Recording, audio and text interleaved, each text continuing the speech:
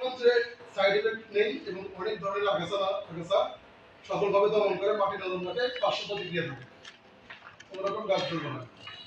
আপনারা অনেক অঞ্চলে দেখছি আগাছানাশক একবার অনেক ধরনের রাসায়নিক সাথে সাথে মিশ্রণ করে, টিএসপি, পটাশ, রিক্সা, বোরন, তারপরে দস্তা, সবটা সঙ্গে একসাথে মিশ্রণ করে। এই কাজটা করবেন এটা দিলে তো এটা তো অল্প জিনিস, অল্প জিনিস খাবার পাইলে তো গাছ এর অনেক ধরনের রাসায়নিক সাথে সাথে যখন মিশ্রণ করেন এর পাখিটা ভালো করে নষ্ট হতে পারে এবং ক্ষতিও করতে পারে।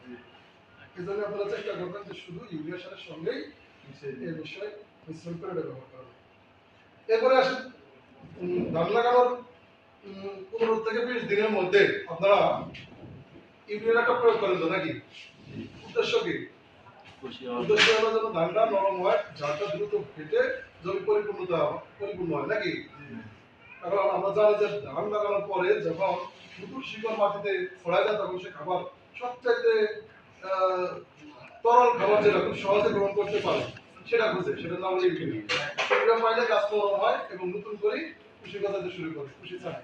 এর সাথে যদি একটু মশলাপাতি দেওয়া যায় তাহলে সবচেয়ে ভালো হয়, কার্যকারী বিশেষজ্ঞ বাড়ে, শিকড় বৃদ্ধি করে, গাছের রোগ প্রতিরোধ ক্ষমতা বাড়ে। এই ক্ষেত্রে আপনারা জিঙ্ক সালফার, এটা সালফার, জিঙ্ক সালফার ব্যবহার করতে পারবেন। জিঙ্ক সালফার ব্যবহার করলে সালফারের 3 গুণ, সালফার মাটির ভিটামিন, মাটিতে ছত্রাক দমন করে দেয়, শিকড় বৃদ্ধি করে, গাছকে ঘন সবুজ করে, কার্যকারী কৃষি সংখ্যা বাড়ায়, ফলন বৃদ্ধিতে সহায়ক ভূমিকা পালন করে। এটা আপনার 33 থেকে 40 টাকা এক কেজি আছে দিকে ধানের জন্য। এর সঙ্গে আপনারা দস্তা ব্যবহার করতে পারবেন, যার নাম দস্তা মূল্যে সস্তা, একটু টাকা পেলে ফসল পাড়া হিসেবে দস্তা যদি প্রয়োগ করেন তাহলে দেখবেন যে দস্তার কাজই হলো কৃষির সংখ্যা বাড়ানো, সমানভাবে সমস্ত জমিতে দামকে বাড়ানো। দস্তার ঘাটতি হলে পাতা মরিচা দাগ পড়ে, জায়গা জায়গা দাবি যায়, শীষ ছোট হয়, অপরিণত বয়সে ফসল পেকে যায়, ফলন নষ্ট হয়ে যায়। আবার অনেক অঞ্চলে বোরন দেয়, যার নাম বোরন মাঝে মধ্যে করবেন স্মরণ, সেই গাছে ফুল ধরা ফল ঝরা কমায়, নারকেলও কাটবে না, সুপারিও জ্বলবে, কুমড়া গাছের লতা বড়ায় পাতা বড়ায় এগুলি করি করবে।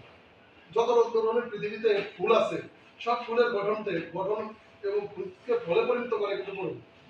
আপনার হিউম্যান বডিতে যদি বোরনের ঘাটতি হয় সেই লোকের কিন্তু সন্তান হবে, যদি কোনো স্ত্রী লোকের ঘাটতি হয় সে সন্তান ধারণ করতে পারবে না এবং পুরুষ মানুষ কিন্তু সন্তান জন্ম দিতে পারবে না।